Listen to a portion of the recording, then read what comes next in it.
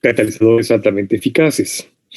El concepto de catalizador significa que acelera una reacción a un punto tal que hace que sea mucho más rápida y más eficiente.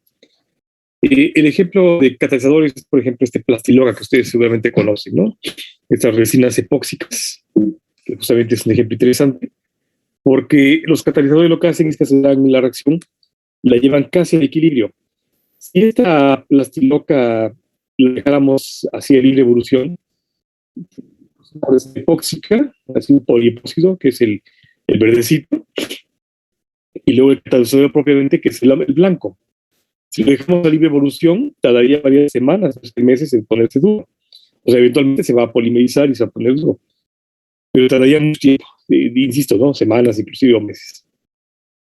Pero en cambio, si lo que hacemos es que nos unimos, mezclamos con el blanco, entonces lo que hacemos es que este catalizador blanco promueve la formación de esos enlaces entre los polímeros del óxido como tal, forman ustedes puentes covalentes, enlaces covalentes muy rígidos, y entonces promueve que se haga más rápido, más duro, más rápido. De tal manera que si lo humedecen y lo mezclan, en más o menos 30 minutos ya está prácticamente duro, aunque 24 horas alcanza la máxima dureza. No así si lo dejamos a libre evolución, ¿no?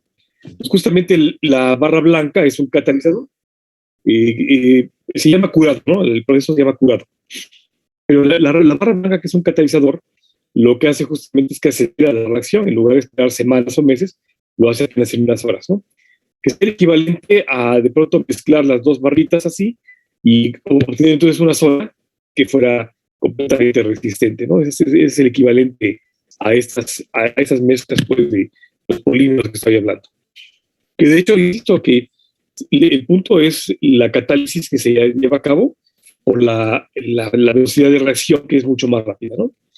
Entonces, no solamente son catalizadores eficientes, altamente eficientes, específicos, y está en la reacción al punto de equilibrio, sino que generalmente son de origen proteico. Casi todas las enzimas son de origen proteico.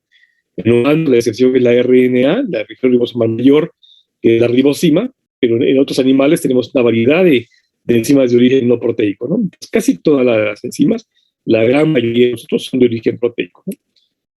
Vamos a llamar nosotros a enzima como tal, al catalizador, el enzima, que será la E, es lo que va a ser catalizado, que es el sustrato, será la S, y en todo caso, el sustrato va a un sitio específico de la enzima.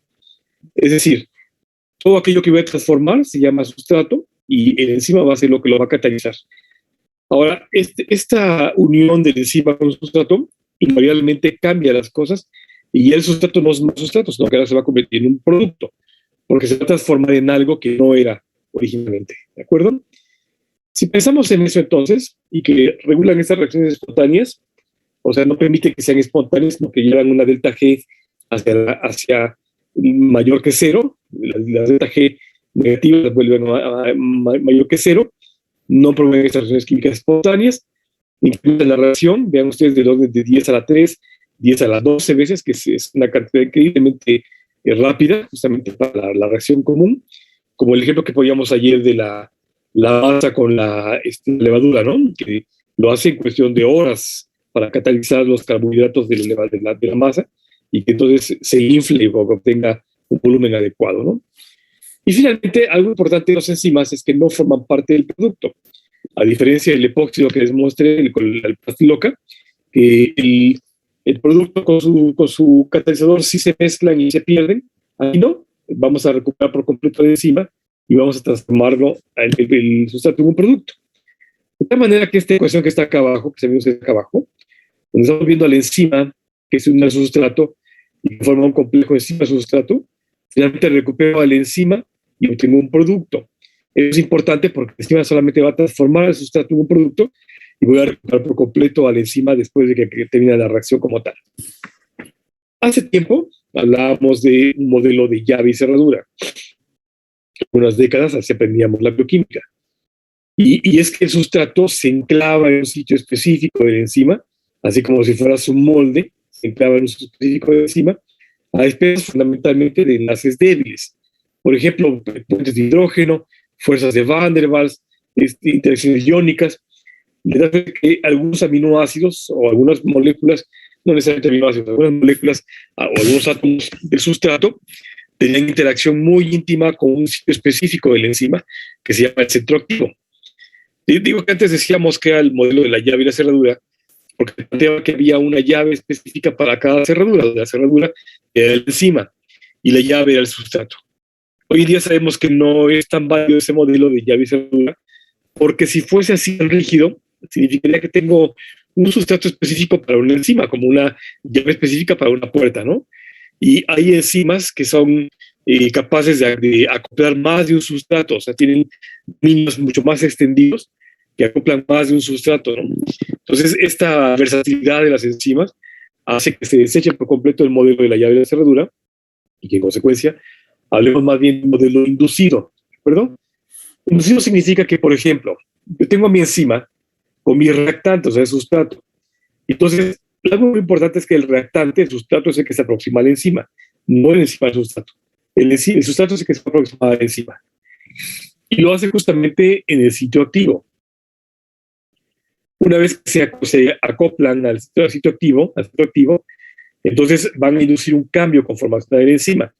La proteína como tal, la enzima en este caso, va a sufrir modificaciones en su estructura tridimensional con ligeros movimientos de cadenas, aperturas o cierres de las regiones, que entonces llevan a que se acople por completo el sustrato. Una vez que se acople el sustrato y cambió su estructura la proteína, ahora sí se lleva a cabo la catálisis como tal, o sea, la biotransformación de un sustrato en un producto. Y finalmente se libera el producto y obtenemos de vuelta a la enzima íntegra tal cual. ¿De acuerdo?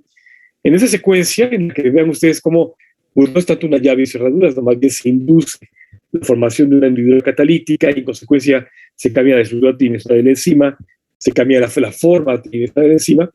Lo que obtenemos es una molécula proteica, enzima, que es capaz de transformar un sustrato en un producto específico.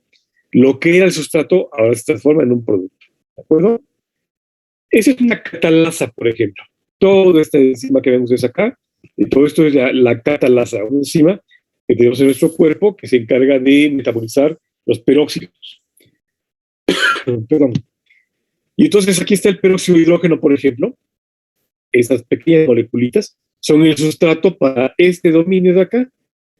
A nivel de quinto nivel molecular, ese sería el quinto dominio del reconocimiento, el sitio de reconocimiento del sustrato, que sería la hendidura catalítica, ¿no? Entonces, este es el sitio activo.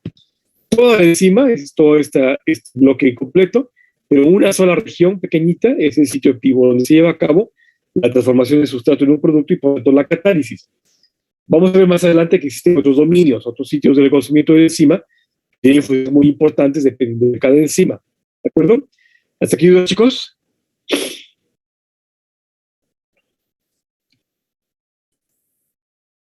En la imagen no se puede. ¿Otra vez cómo?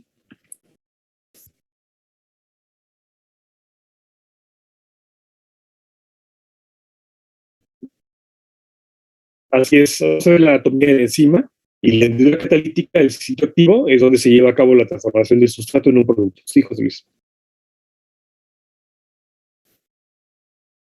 ¿Quién habló? ¿Noemí? ¿Qué fue? No sé quién fue. Sí, que si en esa imagen no se ve.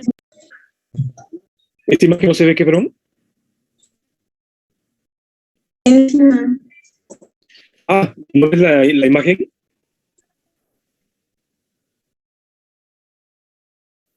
No. Ya la clase, doctor. Ah, ya. ¿Se detuvo la presentación? ¿La reinicio? La... A ver, está de nuevo. Ok. A ver, ok, gracias. Avísenme, si no, me sigo el largo. En la siguiente imagen vemos a una enzima que transforma la glucosa para fosforilar el carbono 6.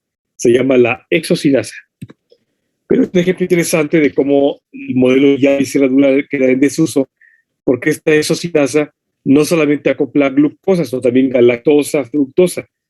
prefiere por mucho glucosa, pero si ponemos galactosa o fructosa, también fosforila. Por eso se llama exocinasa, porque acopla exosas. Entonces, vean ustedes, todo esto es la enzima, todo esto que estoy marcando acá es la enzima, y el sitio de unión, la enzima catalítica, el centro activo es aquí. Una vez que llega la glucosa y se acopla en este punto, hay un cambio conformacional que cierra como si fuera una bisagra de esta región, acopla al sustrato, a la glucosa en este caso. La fosforila la utiliza fosfato orgánico para pegarle el fosfato de carbono 6. Y en consecuencia, una vez que lo hace, le da la glucosa el fosfato y recuperamos a la enzima íntegra como tal. Entonces, es un ejemplo interesante de enzimas que no podemos decir modelo llave y cerradura, porque sería una llave, una cerradura que acepta varios tipos de llaves, ¿no? O sea, se vuelve muy tolerante a otros sustratos también. Pero lo interesante es que hay cambios estructurales conformacionales que llevan entonces a la formación de la hendidura catalítica, del centro activo propiamente y de la catálisis como tal. Si pensamos en esta misma enzima, la exocinasa, y ahora la vemos un poquito más grande, corre la imagen, ven la exocinasa. Ok. Ok. Ese sería el sitio de unión de la glucosa, eso que está en rojo es la hendidura catalítica, y aquí en el fondo estaría el centro activo. Por tanto, si hablamos de una anatomía de la enzima, diríamos que tiene una hendidura catalítica, esto que estoy marcando en rojo, y en el fondo el centro activo. El centro activo es el sitio en donde se lleva a cabo la transformación metabólica como tal del sustrato en un producto. Esta hendidura catalítica se va a formar a expensas de modificaciones estructurales de la proteína, de la enzima como tal. O sea, se induce la formación de una hendidura catalítica, que es una puerta que da entrada al sustrato. Y en el fondo de esta puerta está el centro activo, que es el punto de transformación del sustrato en un producto. Ahí está, el centro activo. La hendidura catalítica, el centro activo, donde se lleva a cabo la transformación del sustrato en un producto. Y todo lo que está por fuera, eso que está marcado con verde, son las zonas alostéricas. Estas zonas alostéricas no tienen que ver nada con el centro activo ni con la hendidura catalítica como tal. Lo que sí son zonas, de hecho, pueden estar alejadas o no, a veces está muy próxima, pero puede estar muy alejada como esas zonas de acá, a la hendidura catalítica. Lo interesante es que vamos a ver más adelante que podemos modificar la actividad enzimática directamente por actuar en el sitio activo o en la hendidura catalítica, o bien por actuar en zonas alostéricas. Por ejemplo, pudiera haber aquí, en este caso, no este caso de la exocinasa, pero voy a poner otro ejemplo de una enzima como la de la saliva. La amilasa salival, que se encarga de desdoblar los carbohidratos en la saliva, en la boca, esa amilasa salival funciona bien con cloro. Si le ponemos cloro, la actividad enzimática es mucho mejor. Y justamente el cloro es un activador alostérico, porque hay un dominio fuera de la hendidura catalítica, por acá, lejos de hecho, que reconoce el cloro. Es un dominio de reconocimiento a cloro, que cada vez que se une el cloro, induce un cambio conformacional que promueve la formación de la hendidura catalítica en consecuencia del centro activo. Por eso es que si le ponemos cloro, funciona mejor. Si no tiene cloro, pues no es que no funcione, pero no se llega a formar tan eficientemente ni tan rápido. En consecuencia, tenemos trastornos metabólicos de los carbohidratos en la boca, ¿de acuerdo? Entonces, como ven, el alosterismo significa las actividades fuera de la hendidura catalítica o del centro activo. Eso lo vamos a ver más adelante, ¿de acuerdo? ¿Queda claro el alosterismo, la zona alostérica, la hendidura y el centro activo? Sí, doctor. Ok. Lo vamos a retomar ahorita, conste. ¿Cómo vamos a llamar a nuestras enzimas? La nomenclatura es bien variada. Podemos hacerla, por ejemplo, tomando en cuenta el sustrato, la actividad que hace, y un sufijo que es asa. Casi todas las enzimas tienen el sufijo asa, casi todas. Hay una pequeña cantidad de enzimas que conservan los nombres antiguos y que no tienen el asa. Entonces, este ejemplo de sustrato con actividad y el sufijo asa es, por ejemplo, la glucosinasa. Gluco es el sustrato sobre el cual actúa, la glucosa. Sin significa que fosforila. Asa significa enzima. O sea, el glucosinasa es una enzima que fosforila la glucosa. ¿De acuerdo? Puede ser el sustrato y el sufijo asa nada más. Por ejemplo, la ureasa, la lipasa, que actúa sobre lípidos, una proteasa, que actúa sobre proteínas. ¿De acuerdo? Nada más sustrato y sufijo asa. Hay nombres más complejos que dicen, por ejemplo, ¿quién le dona algo? quién lo acepta, qué actividad hace y el sufijo asa. Por ejemplo, oxaloacetil es el donador, este sale del ciclo de Krebs. Un grupo amino va a aceptar el oxaloacetilo que se transfiere, o sea, es una transferencia de grupos aminos a través del oxaloacetilo, ¿de acuerdo? Entonces, los nombres son sistemáticos así, a veces nos dicen todo lo que tiene que ver con el enzima, a veces no siempre es así. Casi siempre el nombre lleva implícita la actividad o el sustrato sobre el cual actúa y no hay ningún problema. Hay excepciones, pues estos nombres antiguos. Desde el siglo XIX, a la pepsina que se identificó en la mucosa gástrica de los cerdos y después de los mamíferos, se llamó pepsina. Un vocablo griego, pepsis, que significa digestión. Como se identificó en la mucosa gástrica, se identificó como una molécula proteica importante para la digestión y por eso se llamó pepsina. Hoy en día todavía la llamamos pepsina. La tripsina, una enzima también de digestión de páncreas y otras células, en donde viene igual del siglo XIX, del alemán tripsin y luego el griego tripsis, que significa fricción o desgaste. La tripsina es una proteasa, o sea, son enzimas que digieren otras proteínas. Y como se le identificó así como proteínas que desgastaban a otras proteínas, se le dejó el nombre de tripsina. Todavía hoy en día la conocemos como tripsina. O la quimotripsina, una pariente muy cercana a la tripsina, casi su hermana de familia, que debe el nombre del griego kaimos, que significa zumo, que fue identificado en parte en el subgástrico y en las mucosas del tracto digestivo. Entonces, esos son nombres descriptivos antiguos que todavía hoy en día se mantienen intactos, o sea, la llamamos como tal, pepsina, tripsina, quimotripsina. Y fuera prácticamente todas las enzimas tienen una nomenclatura muy clara del sustrato sobre el cual actúan o qué hacen sobre el sustrato, o más complejo todavía eso que les dije de cómo actúa, quién le dona, quién le da, toda la información.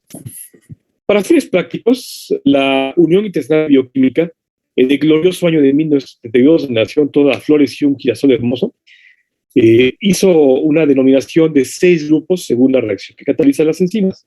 Y es la nomenclatura actual en la que nos vamos a pasar, de hecho, para hablar de las enzimas. Esta clasificación de 6 grupos de enzimas lo hace por la reacción que catalizan, añade el sufijo asa al nombre del sustrato sobre el cual actúan, o la reacción que cataliza, y en fin. Y entonces, esos son los 6 grupos que vamos a conocer ahora con la Unión Internacional de Bioquímica. El grupo pertenece a las oxidorreductanas. Como ves, no tiene problema. Significa que son enzimas que hacen óxido, reducción, y tienen sufijo asa. O sea, son enzimas oxidorreductoras, ¿de acuerdo? La segunda gran familia son las transferasas. Este nombre está implícito, significa que transfieren grupos, ¿de acuerdo? Algunas de ellas, como vamos a conocer más adelante, requieren coenzimas, pero no todas. Después que si transfieren un grupo funcional, son las transferasas, ¿de acuerdo? Puede ser dentro de la misma molécula, por ejemplo, la glucosa 6, una transferasa le transfiere el fosfato al carbono 1 para hacer glucosa no fosfato y viceversa. Es una transferasa. Puede ser de una molécula a otra, ¿de acuerdo? El tercer grupo son las hidrolasas. Recuerden que hidros es un vocablo griego de aidos, que significa agua, y lisis significa romper o destrucción. Por tanto, las hidrolasas son enzimas que incorporan agua para romper enlaces o para separar moléculas. De hecho, ya vimos algo de eso de la hidrólisis, cuando hablábamos de macromoléculas y platicábamos de las actividades enzimáticas, ¿se acuerdan? Entonces, aquí van 3 grupos importantes, según la clasificación internacional de la Unión Internacional de Bioquímica, que las agrupa justamente en esos 6 grupos. ¿Hasta aquí queda claro las 3 primeras familias?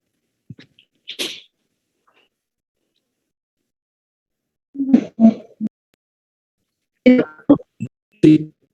¿Sí o sí? Sí. Ok. Cuarta familia, las liasas. Esta significa que eliminan, pero no por hidrólisis, no por otra cosa. Por ejemplo, pueden incorporar grupo fosfato, en todo caso son fosforilasas, ¿de acuerdo? Si hacen una eliminación de una molécula por una vía no oxidante, no hidrolítica, entonces pertenecen a las liasas. Hay un subgrupo dentro de la familia de las liasas que no solamente no eliminan, sino que hacen al contrario, reacciones de adición. Si lo hace así, se llaman las sintasas. Es decir, las sintasas pertenecen a las liasas y son enzimas que van a unir moléculas sin utilizar ATP. Es muy importante porque no utilizan ATP. La ATP sintasa, por ejemplo, de hecho forma ATP y no utiliza ATP para formar ATP, sino que utiliza un gradiente electroquímico de expensas de hidrógeno, de sodio o de potasio. Entonces, como hace una reacción de adición, pero no utiliza ATP, se llama liasa, y en todo caso, si lo hace por unión, se llama sintasa. Repito, si son liasas, rompe por vía no hidrolítica, no oxidante. Si la liasa hace una adición, se llama sintasa y no utiliza ATP. ¿De acuerdo? La quinta familia son las isomerasas. El prefijo isos viene del griego, que significa igual.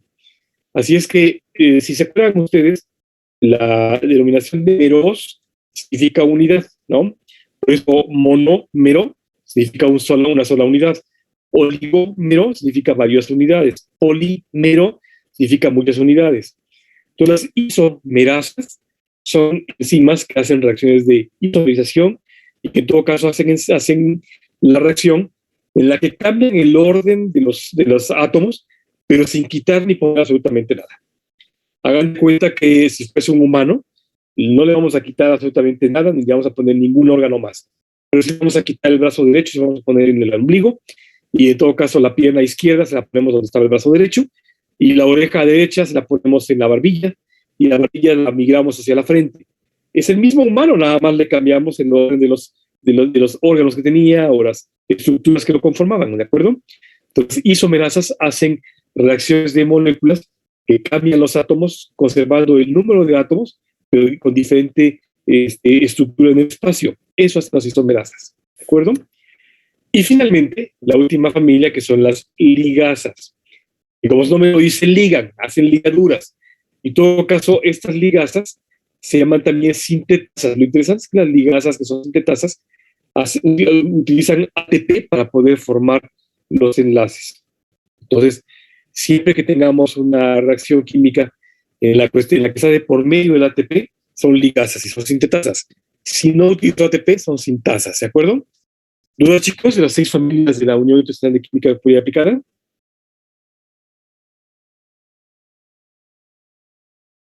Sintetasas, enzimas que hacen uniones moleculares, pero con el empleo de ATP de por medio.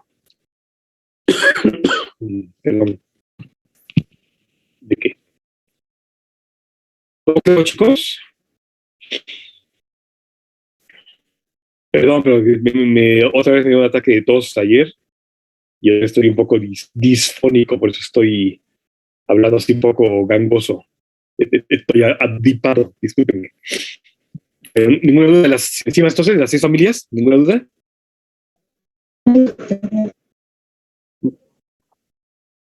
Ajá. Sí.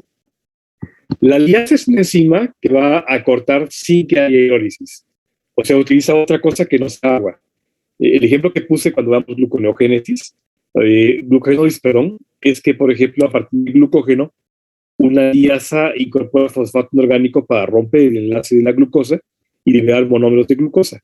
Entonces, esa enzima que rompe el glucógeno es una liasa porque separa no por hidrólisis, sino por fosfolílisis. Si utiliza cualquier otra cosa que no sea oxidante ni tampoco hidrolítica, se llama liasa. Pero esas mismas liasas tienen una doble función. Por un lado, son capaces de hacer esto de romper sin hidrólisis, sin oxidación, y por el otro, la otra faceta que tienen es que hacen síntesis también, o sea, hacen enlaces. Pero lo interesante es que no utilizan ATP. Entonces, las sintasas son enzimas que pertenecen a las liasas, que sintetizan moléculas, o sea, unen, pero sin utilizar ATP. No otros gradientes electroquímicos, otros, hidrógeno, ¿ya? O gradientes de pH, gradientes de osmolaridad, lo que sea, pero no ATP. Ahora sí, José Luis. Entonces, las ligasas no utilizan ATP, ligasas sí, ¿no? Es correcto, sí. Las ligasas no utilizan ATP cuando sintetizan. Las ligasas sí utilizan ATP. Sí, gracias. Se llaman sintetasas. ¿Okay? Ahora, la denominación hace que sea la clasificación de enzimas con 4 dígitos. El primer dígito, separado por un punto, nos va a decir la clase a la que pertenece, cualquiera de estas 6. El segundo dígito nos va a decir una subclase, nos indica el sustrato sobre el cual actúa la enzima. El tercer dígito, una subclase, que generalmente es un cosustrato. Por ejemplo, se actúa con otra cosa aparte. Puede ser una coenzima, un cofactor, algo más. Y el último numeral nos dice el número de orden, porque hay enzimas que tienen más o menos la misma reacción, pero con pequeñas diferencias en cuanto al cosustrato o algún mecanismo de acción. Entonces, para fines prácticos, ejemplo de esto es, miren, ustedes le ponemos así, o van a ver ustedes así en los libros. S, que significa clasificación de enzimas en inglés, Enzyme Classification, y vemos que es el 2.7.1.1, donde 2 es el orden, que significa las medidas transferasas. El 7 es el suborden, que significa la fosfotransferasa. El número 7 significa fosfotransferasa. O sea, ese sustrato. ¿Qué hace? Transfiere. ¿Qué transfiere? Grupo fosfato, ¿de acuerdo? El tercer numeral, el 1, la subclase. Dice que transfiere un grupo fosfato y emplea un hidroxilo como aceptor. El último numeral es el número de serie, que indica que debe ser una D-glucosa, el aceptor de fosfato. Por tanto, esta Enzyme Classification 2.7.1.1, el nombre trivial es la exocinasa, que para fines prácticos el nombre sistemático sería la ATP glucosa fosfotransferasa, ¿no? Aún el nombre sistemático, vean ustedes cómo dice ATP, significa que utiliza ATP, glucosa, que es el aceptor, fosfo, que es el que va a ser transferido, y que el ATP lo transfiere. Transferencia del grupo fosfato a la glucosa, a expensas de ATP que lo va a donar. Entonces, esta justamente es la denominación que utiliza la Unión Internacional de Bioquímica para hablar de las enzimas. Para fines prácticos, ustedes basta con que se aprendan a las familias, o sea, el primer numeral, porque los demás no es relevante que lo sepan, no tienen por qué saber lo que quiero decir, ¿no? Y de hecho, si entran a la página que les mostré ayer, van a encontrar todo esto aquí. Mira, ahí está todo, ¿no? Vean ustedes, aquí está 1.1, y está la descripción tal cual, tomado de la página tal cual, que actúa sobre el carbono, CHOH, 1.2 actúa sobre aldehído o grupos oxo como monoradores, en fin. Así están todas, las transferasas, las hidrolasas, las liasas, isomerasas, las ligasas, ahí está todo. Y si son más quisquillosos, pueden ir viendo la subclase o el número de orden también, ¿no? Ahí está todo, justamente. Entonces, no tienen que saberlo obligadamente, ¿no? Es más importante que si hablamos de las familias de enzimas, ubiquemos mejor el mecanismo de acción de las enzimas para cuando las mencionemos, quede claro cómo es el asunto. Entonces, la primera familia, las oxidorreductasas, como su nombre lo dice, hacen reacciones de oxidorreducción, en donde, por ejemplo, la molécula A que estaba reducida se va a unir a la molécula B que está oxidada, y entonces ahora la molécula A va a quedar oxidada y la molécula B reducida. O sea, transfieren un átomo de hidrógeno de la molécula A a la B, y ahora la B lo ha ganado para reducirse. Que si este ejemplo, vean ustedes, H2, donde aquí están los hidrógenos, más B, dejamos A sola, y hemos transferido los hidrógenos a la molécula B. Cada vez que se transfieren grupos de hidrógeno, cada vez que gana grupos de hidrógeno una molécula, le vamos a llamar que se redujo. Si los pierde, se oxidó. Y en general, estas reacciones se llaman reacciones redox, ya sea de oxidorreducción o redox, ¿de acuerdo? Entonces, la molécula A es una reductora o donadora de electrones, la molécula B es una oxidante o aceptora de electrones, en donde entonces ahora la donadora de electrones se va a oxidar y la oxidante las va a aceptar y se va a reducir. Es trabalengua, ya lo sé. El concepto de reducción viene desde tiempos muy antiguos, tan antiguos como los primeros años de la química en la alquimia, cuando los grandes alquimistas intentaban encontrar el oro en las moléculas orgánicas, y la orina fue una de las que más estudiaron, ¿no? Entonces, cuando veían que se intentaban algunas moléculas a expensas de orina, por ejemplo, o de sustancias del cuerpo, en busca de oro o piedras preciosas, observaron que de pronto el peso que tenía esta sustancia, de pronto el peso específico se reducía significativamente. Así es que creían que algo de lo que estaba ocurriendo cuando se exponían al fuego hacía que perdiera su peso justamente porque se reducían. Antoine de Lavoisier, que ya ustedes lo conocieron cuando vimos átomos, justamente fue quien dijo eso. Dijo, entonces, si gana oxígeno, será un generador de óxido y por tanto será oxidante. Si lo que gana son hidrógenos, será un generador de agua y por tanto corresponderá al hidrógeno y será un reductor. Entonces, a partir de eso dijo, si se oxida, entonces se reduce, por eso pesa menos. En parte tenía razón, sí es cierto que en parte tenía razón, pero no es que se redujera porque perdía peso, más bien porque gana un gas que es mucho más ligero, ¿de acuerdo? Entonces, para fines prácticos, cuando una molécula gana hidrógeno, diremos que se redujo. Cuando los pierde, diremos que se oxida, ¿de acuerdo? Y el ejemplo es este, vean ustedes mi cloruro de sodio. El sodio está reducido, porque en todo caso tiene un átomo de hidrógeno adicional. El cloro está oxidado, ¿de acuerdo? Cuando el sodio le dona un electrón al cloro, entonces ahora el sodio se oxida porque perdió un electrón y el cloro se reduce porque no es electrón. Entonces, cada vez que este electrón en forma de hidrógeno está siendo acoplado por una molécula, diremos que está reducido. Cuando veamos el metabolismo, vamos a ver el NAD, la nicotinamida de los nucleótidos, que justamente está en la forma oxidada, sí, NAD, y cuando acopla electrones en forma de hidrógeno, se convierte en NADH más H. La presencia de hidrógeno, NADH, hace que sea la forma reducida. Por tanto, diremos que es el NAD reducido, ¿de acuerdo? NADH reducido. ¿Sí me acuerdo? Entonces, de la molécula A, que le cede los electrones en forma de hidrógeno a la molécula B, esta molécula A que estaba reducida, ahora va a reducir la molécula B que estaba oxidada. En consecuencia, la molécula A se va a oxidar, así, porque pierde electrones, la molécula B que estaba oxidada se va a reducir. Insisto, ya sé que suena trabalenguas, ¿no? Pero así es más o menos la cosa. ¿Queda claro, chicos?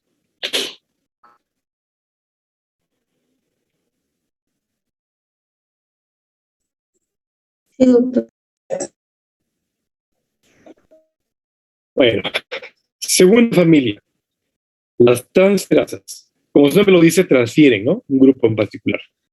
Entonces, por ejemplo, puede ser dentro de la misma molécula que transfiera este triangulito a una región diferente, pero más bien lo hacen de una molécula a la otra. Por ejemplo, de esta molécula azulita a la cafecita que no lo tenía, le transfiere perdiendo esa región. Entonces, esa transferencia de un grupo, ya sea un átomo o bien un grupo completo, una rama completa de átomos, es justamente lo que hacen las transferasas, transfieren esto. Hay varios ejemplos. Aquí ven ustedes, por ejemplo, la acetiltransferasa para la síntesis de triglicéridos y fosfolípidos. El grupo que se va a transferir es el acetilo con el succinilo y el aminoacil. Entonces aquí está justamente, vean ustedes, la molécula de lípido como tal, que va a transferir esta región acetilo a expensas de la coenzima A para formar entonces una acetilación del ácido graso.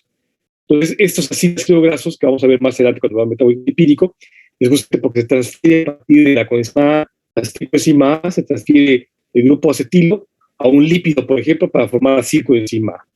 Aquí está la fosfotransferasa, que es la exocinasa, glucosinasa, donde está el ejemplo que había puesto al principio, la glucosa, que a especie de ATP, el ATP le dona un fosfato orgánico, y en todo caso este fosfato orgánico, este fosfodiéster ahora está aquí, formando parte del enlace del carbono 6 para formar glucosa 6 fosfato. Si hay otra transferasa que transfiere el carbono 6 al carbono 1, y entonces glucosa 1 fosfato. Finalmente, ya sea el ATP a una molécula o bien entre la misma molécula, este fosfato a un carbono diferente, ¿de acuerdo? Lo transfieren, ¿de acuerdo? Que no le llamamos tanto transferasa, porque la glucosa 1 fosfato y la glucosa 6 fosfato más bien sería un isómero, tiene el mismo número de moléculas, el mismo número de átomos, pero diferente estructura tridimensional.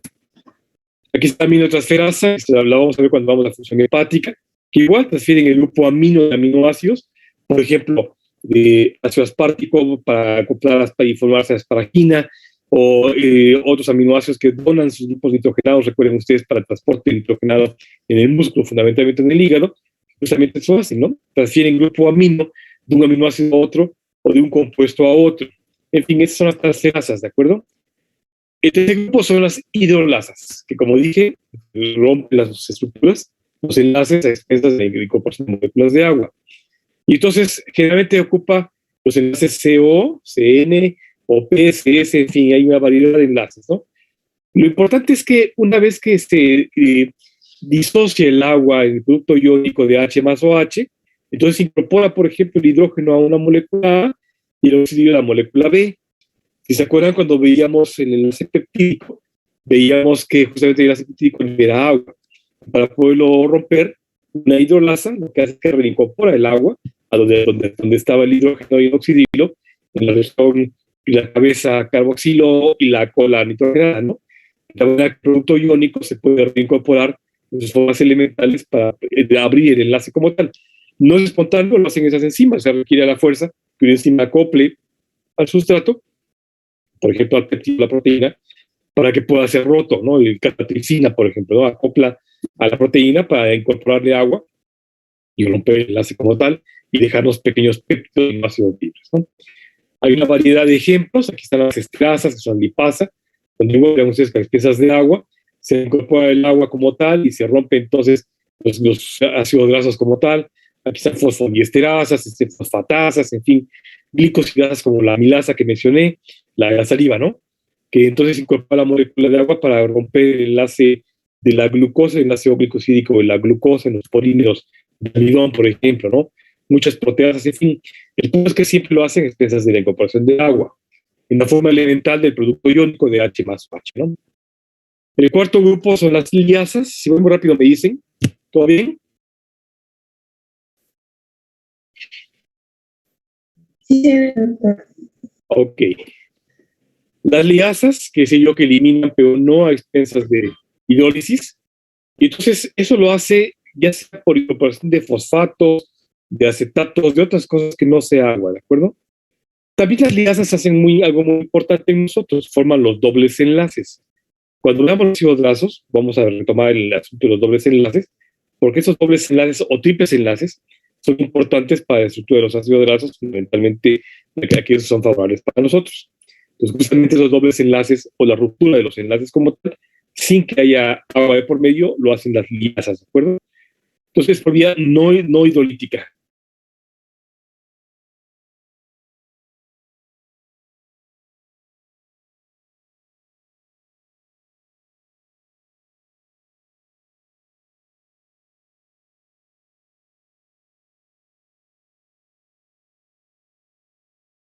Aquí está la aldolasa, perdón, que igual va a hacer esta reacción reversible, moviendo a un grupo aldido, a expensas de un gradiente electroquímico igual, donde el hidrógeno se participe de esas cosas, ¿no?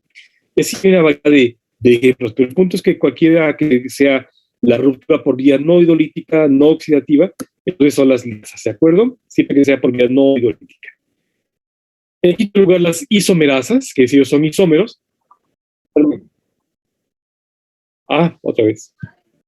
Ahí va de nuevo. ¿Quién sabe qué pasa eso, José Luis? No tengo idea.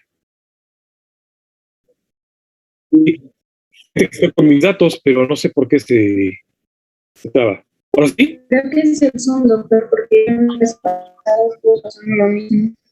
Ya. Bueno. Ahora sí, las isomerasas.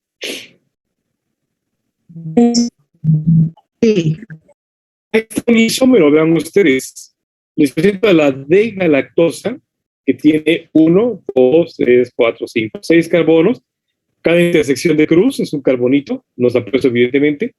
Y entonces tiene 6 carbonos, tiene 1, 2, 3, 4, 5, 6 oxígenos, 1, 2, 3, 4, 5, 6, 7, 8, 9, 10, 12 hidrógenos, ¿de acuerdo? Y la D-glucosa es exactamente el mismo número de átomos de oxígeno, hidrógeno y carbono. Pero si observan ustedes bien, el carbono, vamos a contar de arriba hacia abajo, carbono 1, 2, 3, 4, 5 y 6. Si ven ustedes bien, el carbono 1, 2 son bien, el carbono es igual, pero el carbono 4 tiene el oxidilo hacia la izquierda la galactosa y hacia la derecha la glucosa. Este cambio significante de un oxidilo a la derecha de la glucosa hace que sea una molécula completamente diferente una de la otra. Una es la galactosa, la otra es la glucosa. Pero como tiene el mismo número de átomos, pero diferente arreglo tridimensional en el espacio, se llaman isómeros. Isómeros unidades, ¿de acuerdo? Mismo número de unidades, pero diferente la acomodación en el espacio. Las isomerasas, por ejemplo, si yo tomo leche de vaca que tiene galactosa, mi cuerpo tiene isomerasas que convierten la galactosa en glucosa, porque prefiero utilizar la glucosa. Sí puedo utilizar la galactosa, pero prefiero la glucosa. Entonces tengo isomerasas que lo que hacen es que transforman la galactosa en glucosa para que puedas utilizarla. En este caso contrario, necesito galactosa para formar un oligosacárido o alguna estructura específica, puede utilizar glucosa u otra exosa para formar la galactosa, ¿de acuerdo? Entonces, puede que sea así, que conserven el mismo número de átomos, pero diferente arreglo en el espacio, se llaman isómeros, ¿de acuerdo? Hay un grupo de isómeros en particular que vamos a ver más adelante. Por ejemplo, aquí está eso que decía yo, la glucosa fosfatoisomerasa, que aunque es una transferasa, entra más bien en la familia de las isomerasas, porque transfiere el carbono 6 al carbono 1, ¿no? Entonces, esta justamente, como lo hace dentro de una molécula, y mantiene el mismo número de átomos de carbono, hidrógeno, oxígeno y fosfato, entra más bien entre la familia de las isomerasas, aunque es una transferasa, que transfiere el fosfato de carbono 6 a carbono 1, ¿no? En fin, el punto es que mantiene el mismo número de átomos, pero diferente arreglo del espacio. Decía que hay un grupo en particular de enzimas que cambian de la forma D a la forma L. Un concepto que ya habíamos manejado en aminoácidos, ¿se acuerdan ustedes? Cuando veíamos la racemización o isomerización, ¿se acuerdan? En el caso particular de esas enzimas se llaman epimerasas o racemasas, la forma racémica. Los epímeros son justamente esto, la forma en espejo de una molécula, como vimos los aminoácidos. La forma de galactosa es un epímero de la L-galactosa. Es exactamente la misma, pero el penúltimo alcohol, el mismo carbono, está el oxígeno hacia la izquierda y la galactosa está hacia la derecha. Entonces, el hecho de que este penúltimo carbono tenga el oxidilo en una posición diferente hace que sea D-galactosa o L-galactosa, que es exactamente la molécula, y sin embargo, vean cómo está en la imagen en espejo, ¿no? Lo que está a la izquierda acá está a la derecha acá y viceversa, ¿no? Entonces, las enzimas que hacen esto, como cuando vimos la reacción ácida de los aminoácidos en el estómago, también lo hacen en nuestro cuerpo, porque comemos finalmente D-galactosa o L-galactosa, por ejemplo, ¿no? ¿Se acuerdan si somos D o L aminoácidos? Somos L, ¿no? Así como somos L aminoácidos, somos D carbohidratos. Entonces, como L carbohidratos, tengo epimerasas que los convierten en la forma D para que mi cuerpo los pueda acoplar. ¿De acuerdo? También se llaman mutasas. O sea, cualquiera de los nombres es correcto. Epimerasa, racemasa, mutasa, isomerasa es correcto. Cualquiera de los nombres son correctos. Pero hay que distinguir la isomerasa que hace estos cambios, por ejemplo, de galactosa a glucosa, a aquellos que hacen los epímeros o la forma racémica, que es la forma D, a la forma L y viceversa, ¿no? La mutasa, vean ustedes cómo transfiere el carbono 2, en este caso, al carbono 3, ¿no? Que justamente es parte de los carbohidratos más pequeñitos, la dihidroacetona o la glicalidofosfato, en este caso glicalidofosfato, que transfiere el carbono 2 al carbono 3 entre la misma molécula, solamente cambió, en lugar de tener el oxidilo acá, el fosfato transfiere el grupo oxidilo para arriba. Pues como mantiene el mismo número de átomos, pero diferente arreglo tridimensional, es una mutasa, ¿de acuerdo? Es isomerasa que hace esta transformación de un carbono a otro, ¿de acuerdo? Y finalmente, el grupo 6, que son las ligasas, que hacen esas uniones a expensas de hidrólisis de un enlace de energía, o sea, utilizan ATP, y lo hacen entonces, vean, el numeral, el suborden 1, 2, 3, 4, lo hace carbono, oxígeno, carbono, azufre, carbono, nitrógeno, carbono, carbono, ¿no? Entonces, siempre lo hacen por medio de hidrólisis, requiere la fuerza de la aparición de hidrólisis. El grupo fosfato no significa que se va a transferir como tal, sino que más bien el incremento termodinámico en el medio por la hidrólisis de alta energía es lo que promueve el cambio conformacional de la enzima, en consecuencia de la actividad como tal enzimática. Por eso que utilizan ATP, porque promueven la reacción exotérmica, la liberación de energía en el medio, que hace que se cambie la estructura de la enzima como tal y pueda funcionar, ¿no? Aquí están ejemplos, vean ustedes, creo que es en inglés, la aminoacil TRN sintetasa, que actúa sobre el enlace carbono-oxígeno para la activación de aminoácidos, de proteínas, que justamente es la peptidrasferasa, ¿no? La glutamina sintetasa para la síntesis de glutamina, la aminoácido ligasa, que es la síntesis de proteínas, la ácido graso de sintasa, en fin, todas estas utilizan ATP, pero si ven ustedes, el fosfato orgánico no se incorpora como tal a la molécula, sino que al contrario, aquí está el ADP más fosfato orgánico. Y en todo caso, por ejemplo, ATP más carbonato y con piruvato, el producto final de la oxidación de la glucosa, nos genera oxaloacetato, que es un precursor del ciclo de Krebs, pero nos deja el ADP y el fosfato orgánico. O sea, el fosfato no se utilizó como tal en el sustrato, más bien la hidrólisis del fosfato sirvió para que la enzima pudiera transformar el piruvato en oxaloacetato, ¿de acuerdo? Por eso es que estas ligasas hacen esas uniones como tal. Incorporan, por ejemplo, esta molécula acá para que pueda ahora tener esa estructura más larga, el oxaloacetato, pero sin que el ATP se incorpore como tal a la molécula, sino simplemente aumentó la termodinámica del medio para que pudiera actuar el enzima. ¿Sí queda claro, chicos?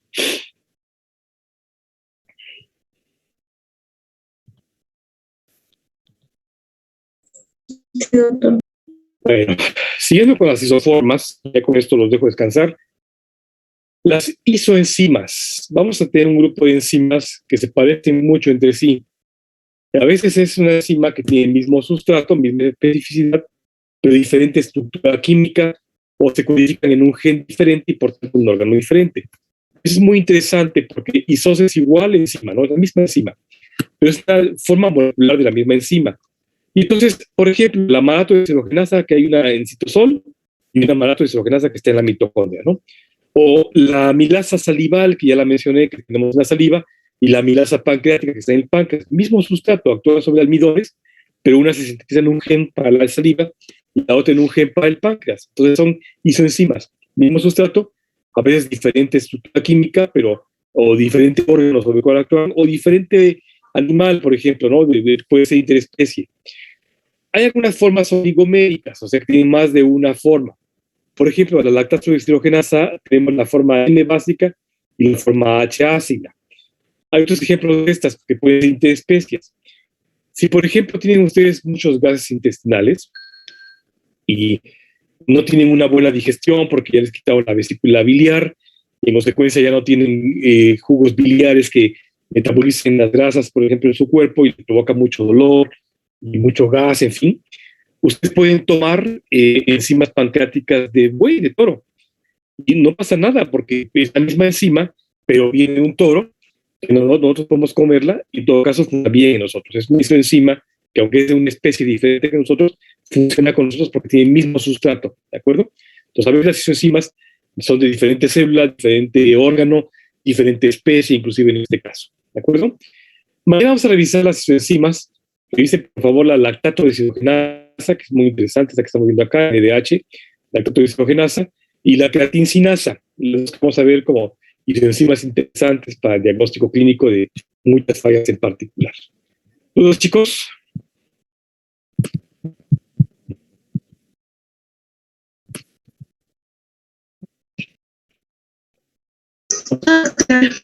Bueno, mi foto. Hasta el gato va a salir la foto. Hay un gatito.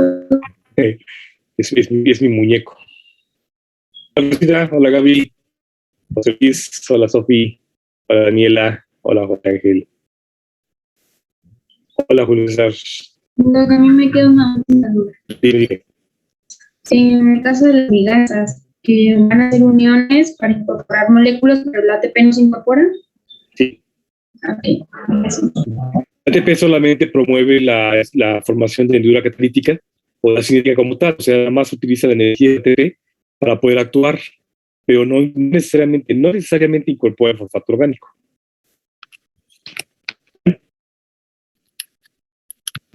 Sí, gracias. A mi foto. Hola, Juanito.